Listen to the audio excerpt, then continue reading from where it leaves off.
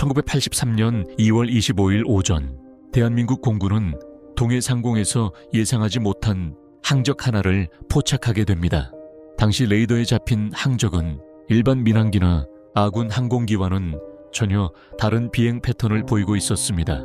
속도와 고도, 그리고 접근 방향 모두가 비정상적인 경로였습니다.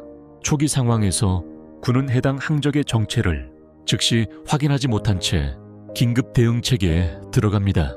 그 항공기는 북한 공군 소속 전투기 미그-19로 확인됩니다. 북한 전투기가 남쪽 방향으로 고속 비행 중이라는 사실은 당시 상황에서 매우 중대한 군사적 사건이었습니다. 대한민국 공군은 즉각 전투기 출격 준비에 들어가며 상황을 긴급 감시합니다. 당시 군 지휘부는 해당 항공기가 단순 항로 이탈인지 의도된 침투인지 또는 군사적 도발인지 판단할 수 없는 상태였습니다. 긴장 상태 속에서 북한 전투기는 남한 영공 방향으로 계속 접근합니다. 그리고 예상과 달리 공격 행동이나 회피 기동 없이 일정한 방향으로 비행을 지속합니다. 이후 해당 전투기는 대한민국 영공에 진입하게 됩니다.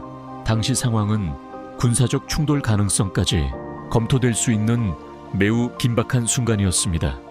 그러나 전투기의 움직임은 기이하게도 교전 의도가 아닌 착륙을 시도하는 형태로 확인됩니다.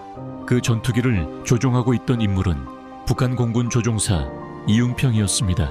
그는 북한에서 미그 전투기를 조종하던 현역 군인이었습니다. 이웅평은 비행 중 방향을 전환하여 남쪽으로 향했고 대한민국 공군 기지에 직접 착륙을 시도합니다. 북한 전투기가 무장 상태로 남한 공군 기지에 접근하는 상황은 당시 군사적으로 극도로 긴장된 상황이었습니다. 공군은 즉각 비상경계 태세를 유지한 채 착륙 상황을 통제합니다. 결국 이웅평이 조종하던 미그 전투기는 대한민국 영공 내 공군 기지에 착륙하게 됩니다. 이 사건은 전투기 한 대가 북한에서 이륙해 남한으로 직접 귀순한 전례 없는 군사 사건이었습니다. 착륙 직후 이웅평은 군 당국에 의해 즉시 신병이 확보됩니다. 이 과정은 일반 귀순과 달리 군사 기밀과 직결된 사건이었기 때문에 대공수사와 군 합동조사가 동시에 진행됩니다. 조사 과정에서 가장 먼저 확인된 것은 그의 신원과 실제 북한 공군 소속 여부였습니다. 군과 정보기관은 그의 진술, 비행 경로, 항공기 상태를 종합적으로 분석하게 됩니다. 특히 미그-19 전투기 자체가 북한 군사 장비였다는 점에서 군사적 정보 가치 또한 매우 큰 사건으로 평가되었습니다. 이웅평은 조사 과정에서 북한 공군 조종사로서의 경력과 비행 경로에 대해 진술하게 됩니다. 당시 수사는 단순 귀순 사건이 아니라 군사 정보적 의미가 큰 특수 사건으로 분류되었습니다. 대한민국 정보기관은 그의 귀순 동기와 북한 내부 상황에 대한 정보 분석을 병행합니다. 이 사건은 단순 개인 귀순이 아닌 군사 장비와 조종사가 동시에 남한으로 넘어온 사례였기 때문에 국가안보 차원에서도 중요하게 다뤄졌습니다. 이후 이웅평은 정식 조사 절차를 거치며 보호 및 신변 관리 대상이 됩니다.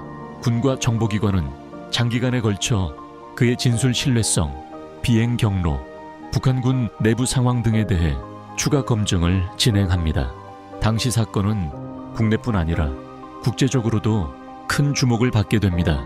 북한 전투기가 실제 무장을 유지한 채 남한에 착륙한 사건 자체가 냉전 시기 매우 이례적인 사례였기 때문입니다.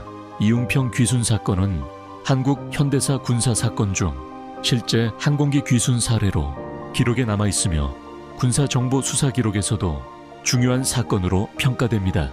이 사건 이후 대한민국 군과 정보기관은 관련 조사와 분석을 통해 사건 경위를 공식적으로 정리하게 됩니다.